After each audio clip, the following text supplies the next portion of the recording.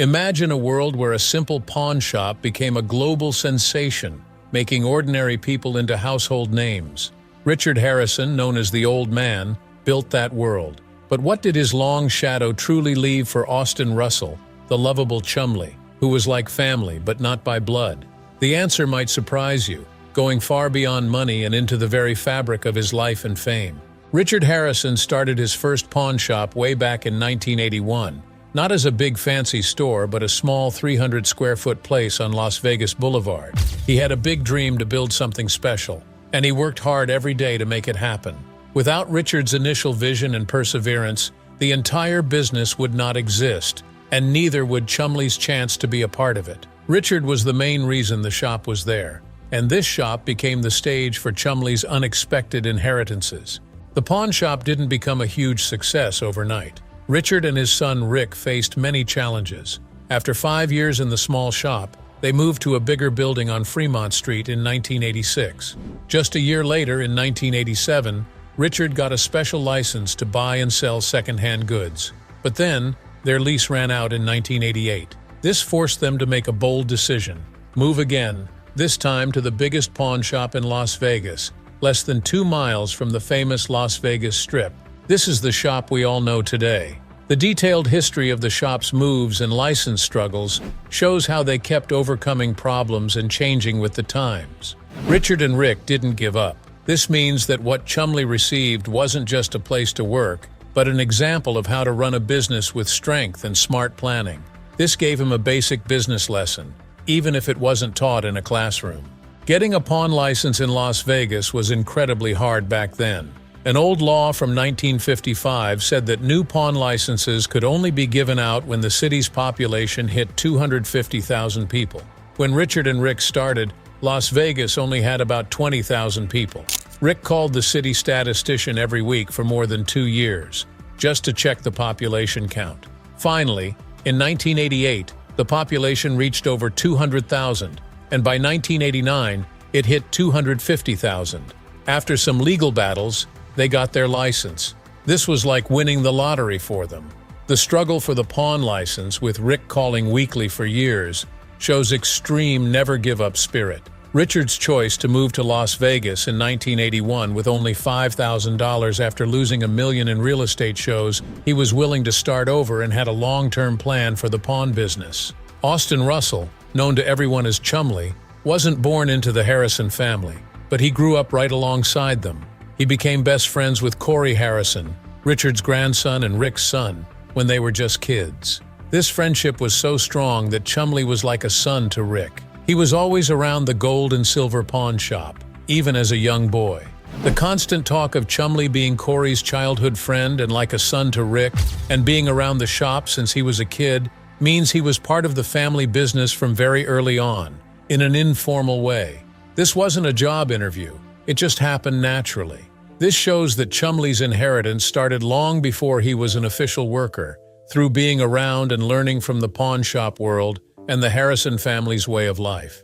It means he got a deeper, more personal kind of teaching than just job training. When Chumlee turned 21 in 2003, he officially started working for the Gold and Silver Pawn Shop. He worked there for 5 years before the TV show Pawn Stars even began filming in July 2009. His daily duties included working behind the counter, testing items that people brought in, loading items into storage, and writing up tickets for things the shop bought. Richard, the Old Man, played a huge role in teaching Chumlee. Even though Rick Harrison said he wasn't happy about hiring one of Corey's friends at first, he gave Chumlee a chance. Richard treated Chumlee like family and taught him many valuable lessons. Chumlee himself said he could always count on Richard to straighten him out or make him laugh. This teaching was a big part of Chumlee's growth. Richard's willingness to give him a chance despite not wanting to at first, and treating Chumlee like family, shows he cared about Chumlee more than just as a boss. The fact that Chumlee could always count on him to straighten him out or make him laugh suggests a full kind of teaching that included life lessons, rules, and emotional help, not just business advice.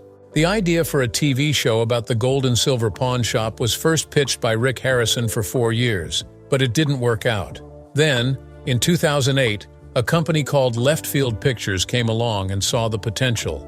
They wanted to make a reality show about a Las Vegas pawn shop. The History Channel picked it up, changing the idea to include experts who would check items and show the personalities of the staff. The show was first called Pawning History, but later became Pawn Stars.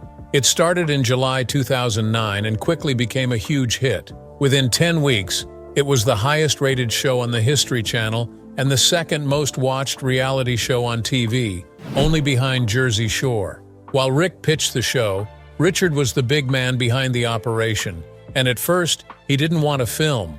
However, his choice to agree and his constant presence were very important for the show's real family feel.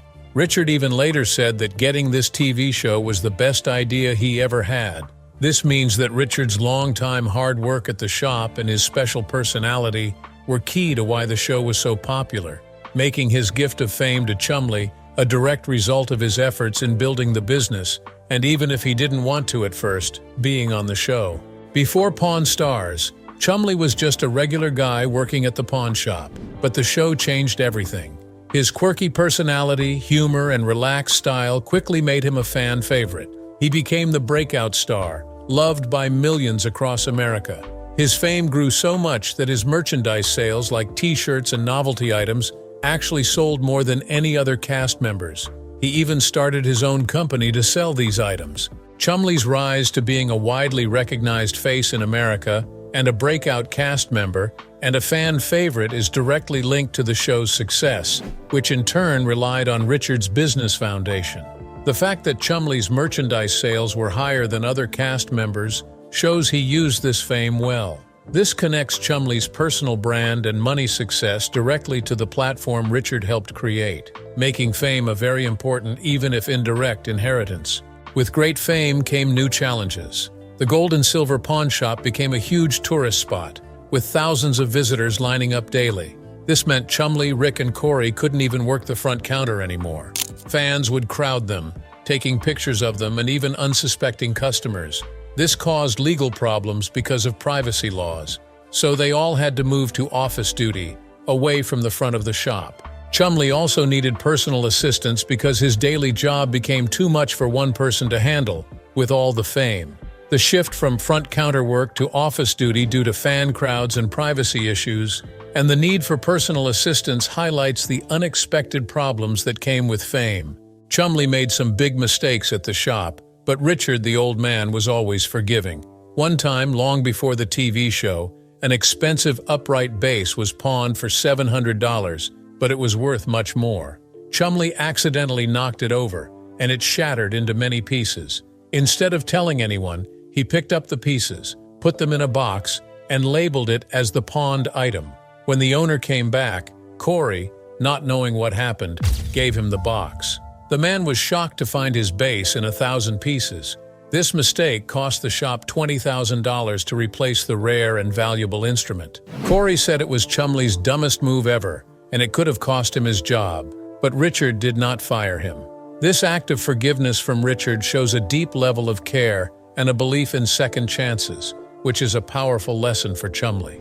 It meant that Richard saw more in Chumlee than just his mistakes. He saw potential and worth. Another time, Richard let Chumlee fire a blunderbuss, an old type of gun the shop bought for display. When Chumlee shot it, fire and smoke burned Corey's arm, leaving Chumlee with a scar on his own upper arm.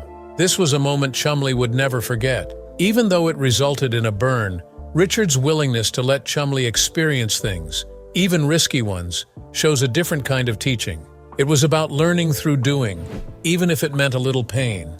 This hands-on, real-world experience, guided by Richard's permission, helped Chumlee learn about the items in the shop in a very direct way.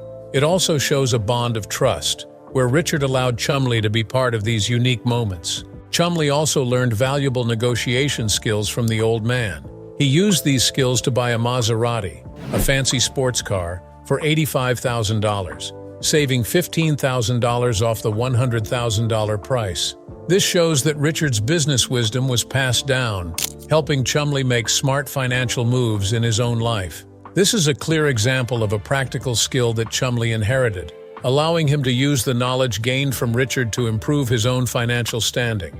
One of the most surprising effects of their fame was that Chumlee and his family were basically banned from garage sales across the country. People who recognized them thought they would try to get things for too cheap or buy something valuable at a low price. Rick even said a woman once took a painting he liked away and said it wasn't for sale when he asked about it. While this might seem like a negative side effect, it shows the immense reach of the fame Richard helped create.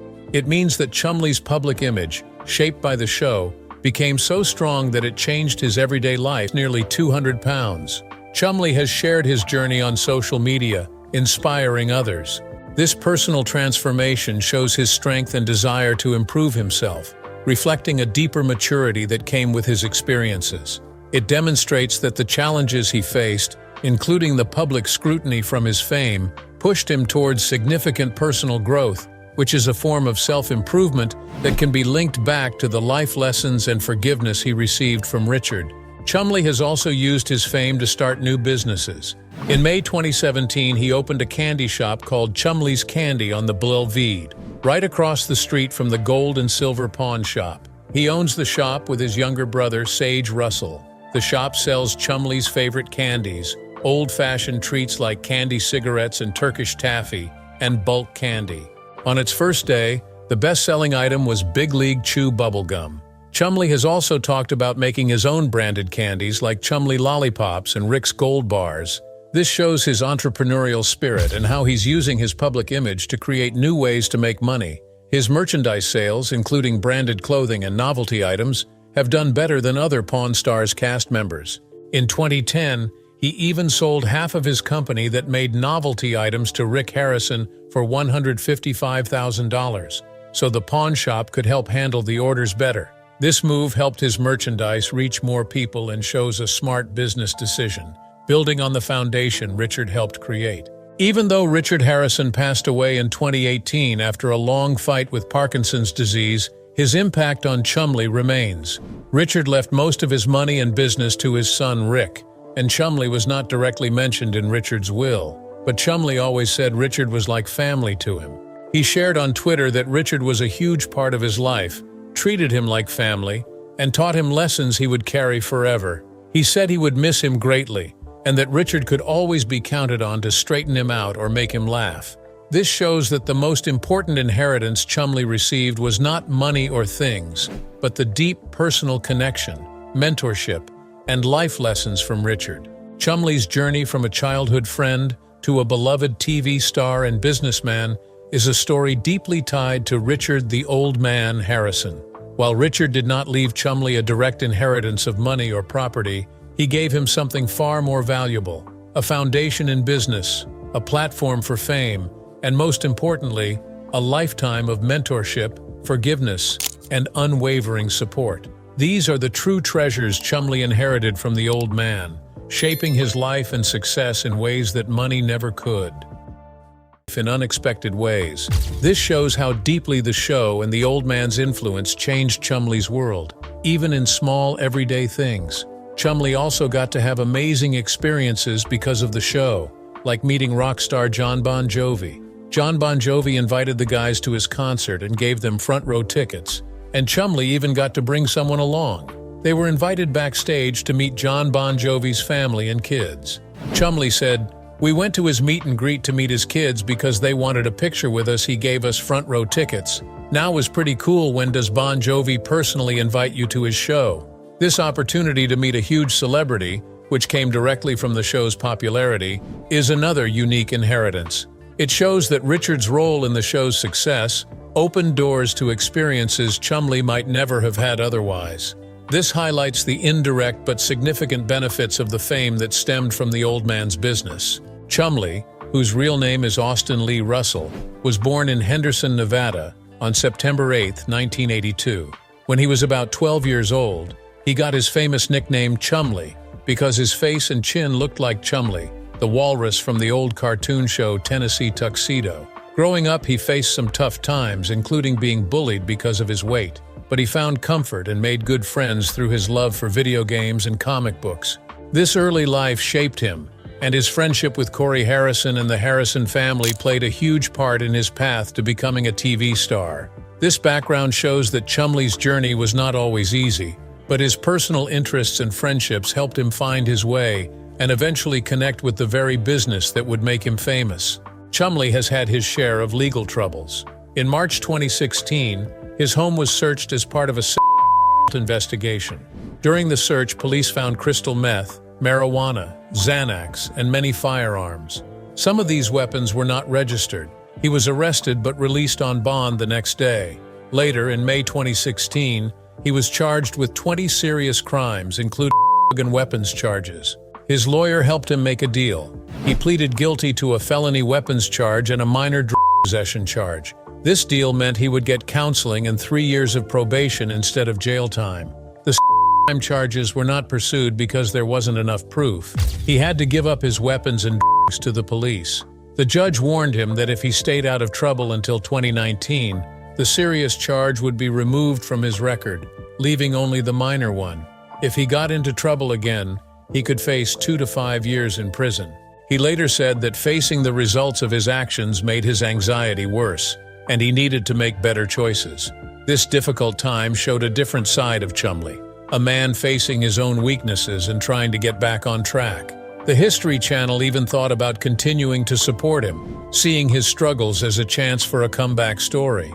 This shows that even through his legal issues, the platform and connections from the show, originally built by Richard, still played a role in his path. After his legal problems, Chumlee focused on getting healthier. He had been struggling with his weight for a long time, reaching 350 pounds in January 2019.